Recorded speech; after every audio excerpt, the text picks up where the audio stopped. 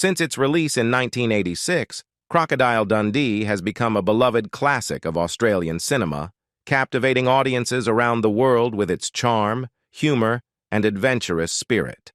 The cast, however, do not have that luxury. What have the aging stars of Crocodile Dundee been doing since the summer of '86? Get ready to relive the magic of Crocodile Dundee and discover how time has changed your favorite actors. Linda Kozlowski as Sue Charlton. After her breakout performance as Sue Charlton in Crocodile Dundee, Linda Kozlowski's career quickly skyrocketed. Her portrayal of the strong, independent character earned her widespread recognition, and she went on to star in several films during the '90s and early 2000s, solidifying her place in Hollywood. Among her notable roles was the comedy Pass the Ammo, where she starred alongside '80s icons Bill Paxton and Tim Curry. Her versatility as an actress was evident, with roles ranging from the heartwarming Almost an Angel in 1990 to the thrilling Backstreet Justice and The Neighbor in 1994, and The Chilling Village of the Damned in 1995. Despite this success, the pressures of the industry began to take their toll. After stepping away from acting for a while, Kozlowski reunited with Paul Hogan for Crocodile Dundee in Los Angeles in 2001. While fans of the original film were excited to see the duo back on screen together, for Kozlowski, it was the start of her decision to take a break from the industry. She realized that the constant grind, especially in low-budget films, was wearing her down, and she often felt like she was the only one on set who cared about the quality of the production. This frustration led her to reconsider her career. On top of the pressures of her acting career, Kozlowski's personal life was also under the spotlight. Her relationship with Paul Hogan, already a big star by the time they met, added extra attention to their lives. They married in 1990, shortly after Hogan's divorce, and had a son, Chance. For years, they were seen as one of Hollywood's power couples, but over time, their relationship began to change. After 23 years of marriage, Kozlowski filed for divorce, citing irreconcilable differences. Fans were heartbroken, as many had admired their relationship both on and off the screen. In interviews, Kozlowski admitted that she had felt overshadowed by Hogan's fame and wanted to find her own path. Hogan, too, recognized that they had grown apart as they both evolved. Despite their separation, they have remained on good terms, often staying in touch through phone calls or casual meetups, showing the respect they still have for each other. In 2017, Kozlowski surprised many by marrying Moroccan partner Moulay Hafid Baba. The news took even Hogan by surprise, but it marked a new chapter in her life. Though this marriage eventually ended, it was a step toward embracing her own happiness and independence. With a net worth of $10 million, Kozlowski's life has had its ups and downs. She and Hogan once owned a beautiful Malibu home, which they bought for $3.8 million in 2012, only to sell it a year later to Chris Hemsworth. Through all the changes, Linda Kozlowski has stayed true to herself, navigating both her career and personal life with strength and resilience. David Gulpilil as Neville Bell. Imagine stepping into a dusty, sun-drenched outback bar where the crocodile hunter himself, Mick Dundee, is holding court. Enter Neville Bell, the quiet yet unwaveringly loyal friend, and that friend is none other than David Gulpilil. But don't let the calm demeanor fool you. David's portrayal of Neville was a masterclass in understated brilliance. As Mick's right-hand man, Gulpilil's performance was like a cultural handshake, authentic and grounded, a quiet force in a loud world. Known for his extraordinary traditional dance skills, Gulpilil didn't just act. He carried the weight of his heritage onto the screen, weaving an unforgettable presence into the fabric of Australian cinema. However, Crocodile Dundee was only one chapter in Gulpilil's career.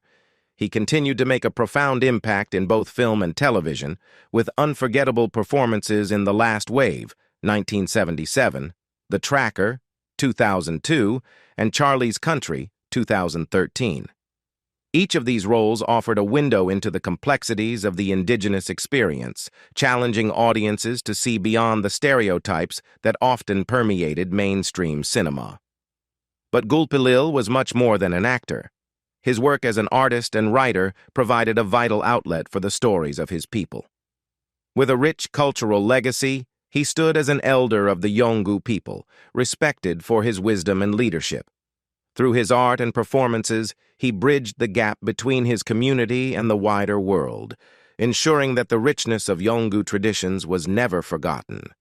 Despite the heights of his career, Gulpilil faced personal struggles, notably with alcoholism, a battle that began during the filming of Walkabout. His struggles were not only internal, but external, as they led to several legal challenges. In 2006, he found himself at the center of a controversy when he was charged with carrying an offensive weapon during a dispute at a friend's house in Darwin. Though the incident involved a machete, Gulpilil was acquitted, with the court acknowledging the tool's cultural significance rather than viewing it as a weapon. A few years later, in 2010, another legal challenge followed, this time with an aggravated assault charge related to an incident involving his wife, Miriam Ashley. After serving time, Gulpilil sought sobriety and worked to rebuild his life. Gulpilil's personal life was rich with relationships, including partnerships with Airlie Thomas and Robin Jungini, and his legacy continued through his 7 children, Jita, Milan, Makia, Andrew, Jamie, Phoebe, and Malachi.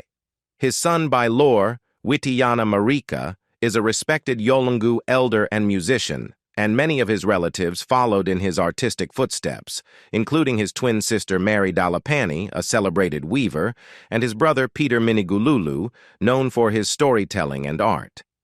His nephew, Bobby Bunungur, also an artist, traveled with Gulpilil in the 70s and 80s, using their performances to share their culture with the world.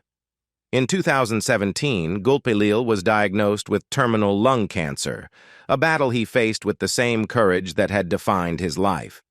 He retired from acting in 2019, his illness preventing him from attending the NAIDOC Awards, where he was honored with a Lifetime Achievement Award. Gulpilil passed away on November 29, 2021, at his home in Murray Bridge, South Australia. His family, requesting he be referred to as David Dalethangu in the time following his death, asked the media to respect this cultural tradition. Though David Gulpilil's passing marked a profound loss, his legacy continues to resonate in the Australian film industry and the world of storytelling. John Millen as Walter Riley. In Crocodile Dundee, John Millen brought to life Riley, a wealthy, somewhat pompous businessman who unexpectedly becomes a key ally to Mick Dundee, Paul Hogan. Millen's performance added a delightful mix of wit and warmth to the film, contributing significantly to its charm and success. Off-screen, Millen's life was equally colorful. He married actress June Salter in 1958, with whom he had a son, John Millen Jr., though the couple divorced in 1971. Millen then married actress Bunny Gibson in 1972, and they had a son as well. In 1980, in recognition of his legacy, the Oaks at Neutral Bay opened the John Millen OBE Bar in his honor, a place he frequented often, including just days before his untimely death. Following Crocodile Dundee, Millen's career continued to flourish as he took on a variety of roles that showcased his versatility as an actor. Tragically, his career was cut short in 1989 when he passed away at the age of 55 due to complications from cirrhosis of the liver, a condition he had fought for several years. His death left a significant void in the Australian film and television community, where he had become a cherished figure known for his talent, professionalism, and warm personality. Paul Hogan as Mick Crocodile Dundee. Ever wonder what happens when a crocodile hunter and a comedian join forces? You get Crocodile Dundee, of course. Paul Hogan's portrayal of Mick Dundee, confident, charismatic, and effortlessly charming, made him a global sensation. Before this, Hogan was already a beloved comedian in Australia, known for The Paul Hogan Show and his role in Anzacs. But it was his famous line, "Throw another shrimp on the Barbie," from Foster's Lager ads that truly catapulted him into international stardom, cementing his place in pop culture history. When Hogan set out to bring Crocodile Dundee to life in 1986, his confidence was unshakable. Believing in the film's potential to make a lasting impact, he took a bold step, investing $600,000 of his own money and bringing over 1,000 investors on board. His gamble paid off, and the film became a global sensation, marking a historic achievement for Australian cinema. But Hogan didn't just star in the film.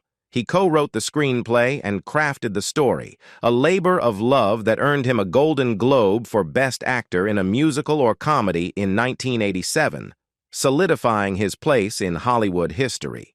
The success of Crocodile Dundee opened countless doors for Hogan, allowing him to expand his career in new and exciting directions.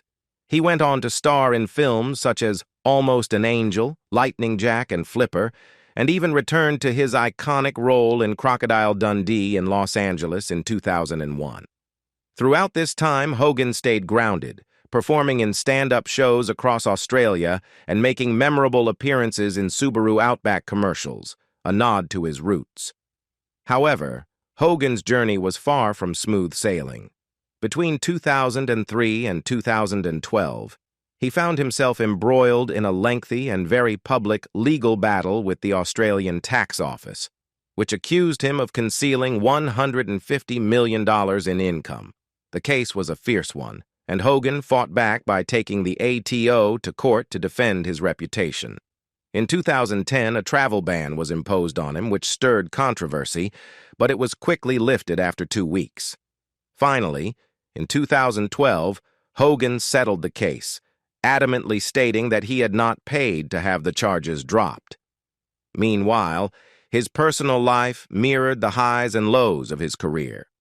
After going through a divorce, Hogan remarried his first wife before finding love with Crocodile Dundee co-star Linda Kozlowski.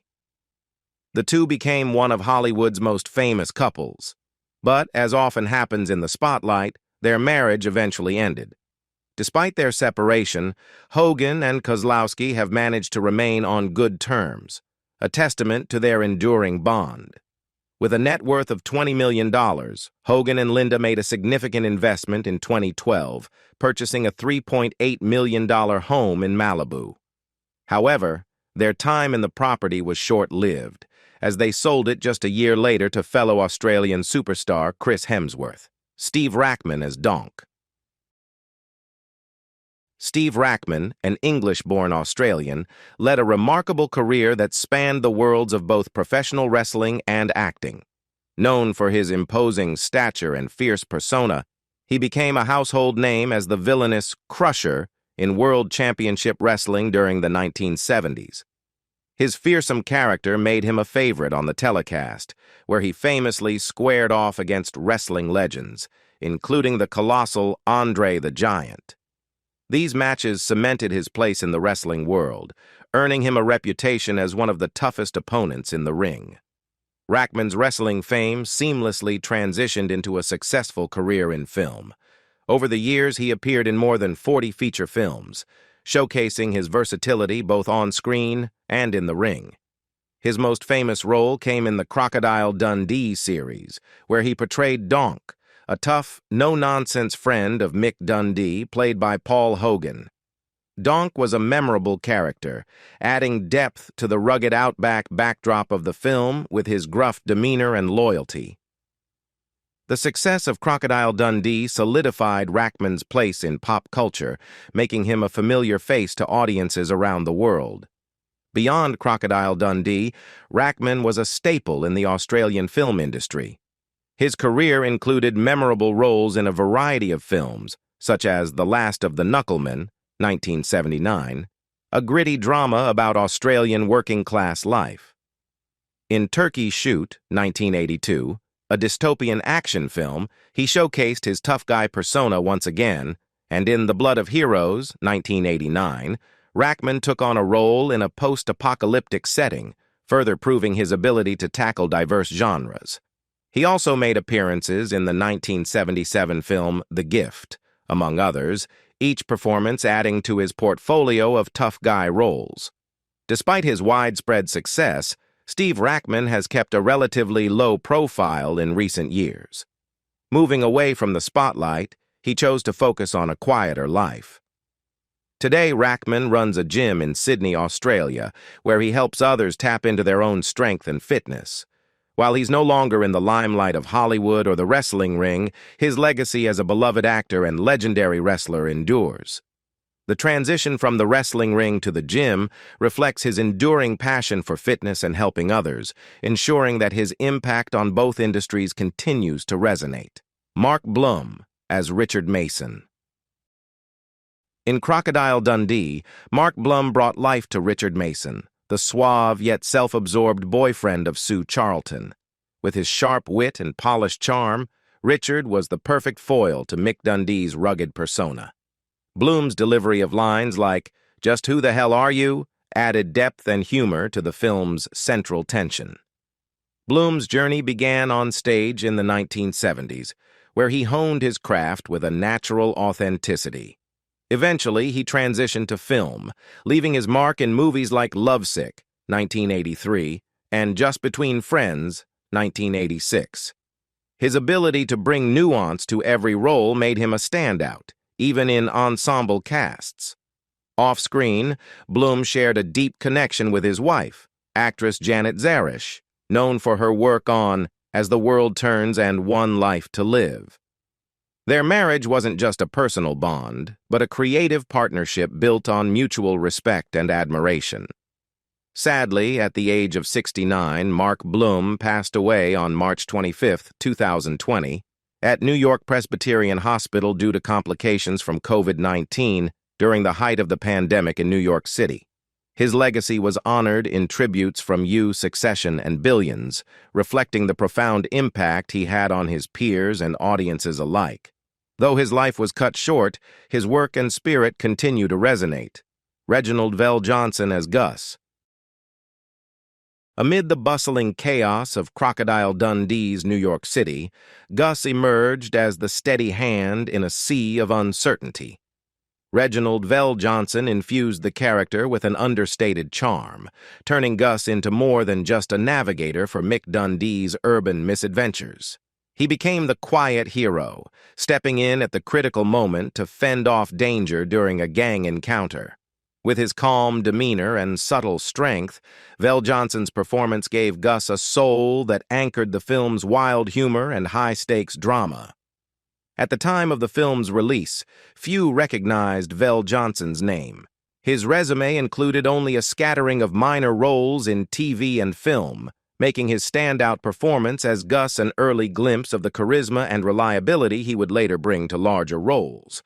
It was a role that hinted at what was to come, as VelJohnson's presence turned what could have been a forgettable supporting character into someone vital and memorable.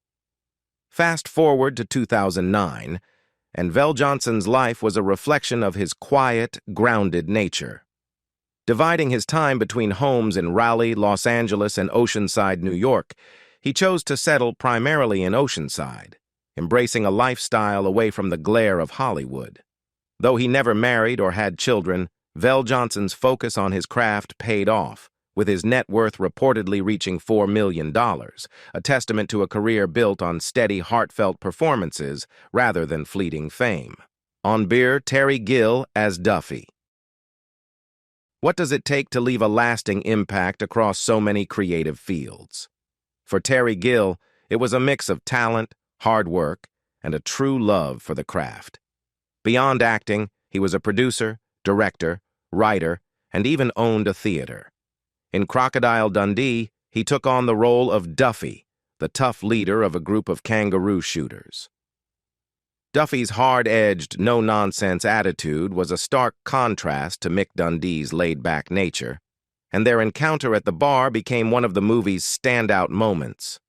While Crocodile Dundee was one of Terry Gill's standout roles, his true legacy was built on his long and successful television career. Known for his powerful performances, particularly as police officers in popular shows like Prisoner, The Flying Doctors, and Blue Heelers. Gill became a beloved figure in Australia. His talent for bringing depth and authenticity to complex characters earned him a place in the hearts of many, making him a household name in Australian entertainment. But Gill was more than just an actor.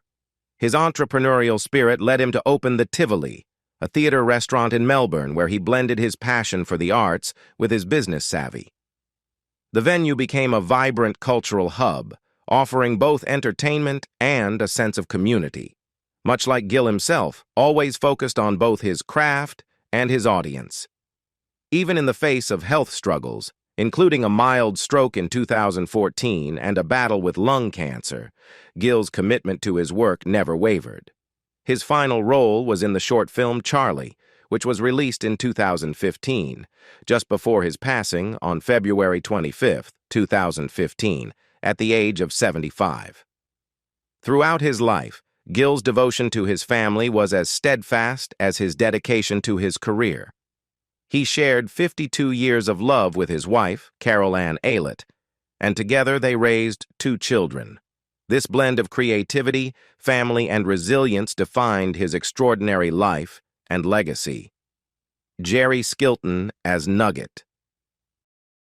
In Crocodile Dundee, Jerry Skilton brought the character of Nugget to life, infusing him with a unique charm and wit that stood out throughout the series. Nugget, a rugged and loyal outback companion, became a memorable part of the films, adding a layer of humor and authenticity to the wild Australian setting. Skilton's portrayal was so iconic that he reprised the role in 2010 with Paul Hogan's blessing for the reality series Nugget Gets a Life, where Nugget embarked on new adventures in the outback.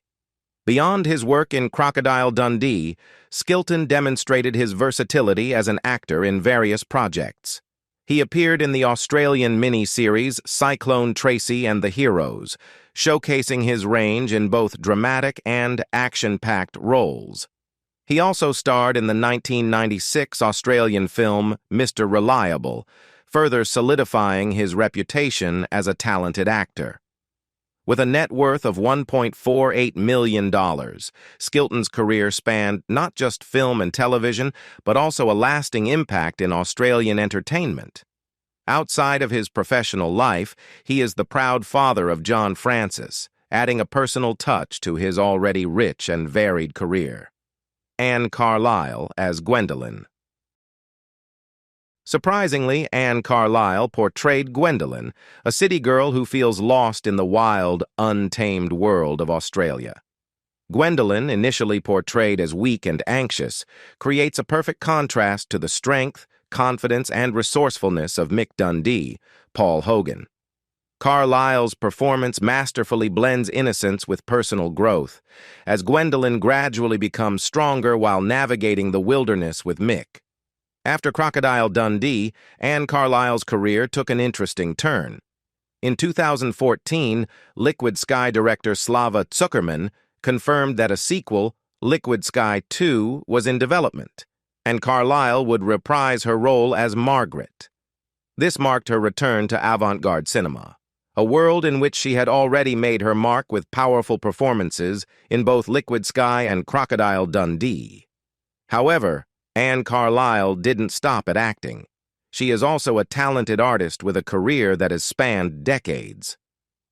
After studying at Palm Beach Community College, the School of Visual Arts in New York, and even the art therapy program at New York University, Carlisle continued to create art. She now owns an art studio in Boynton Beach, Florida, where she continues to develop her artistic work. One of Carlisle's notable projects is her involvement with the artwork of Reuben Hale, a nonprofit organization dedicated to preserving and promoting the legacy of artist Reuben Hale, who was both a mentor and a major influence on her artistic career. In 2019, the organization began opening Hale's former home to the public, transforming it into a historic studio and sculpture garden for the community to enjoy and appreciate the artist's works. Though not a household name from Crocodile Dundee, Anne Carlisle has left a strong impression on independent cinema audiences and the art world. She is not only a talented actress, but also a passionate artist, continuously creating and contributing to the artistic community. Which character from Crocodile Dundee, 1986, is your favorite? Leave a comment below to let us know, and don't forget to like and subscribe to our channel. Thank you, and see you next time. Goodbye.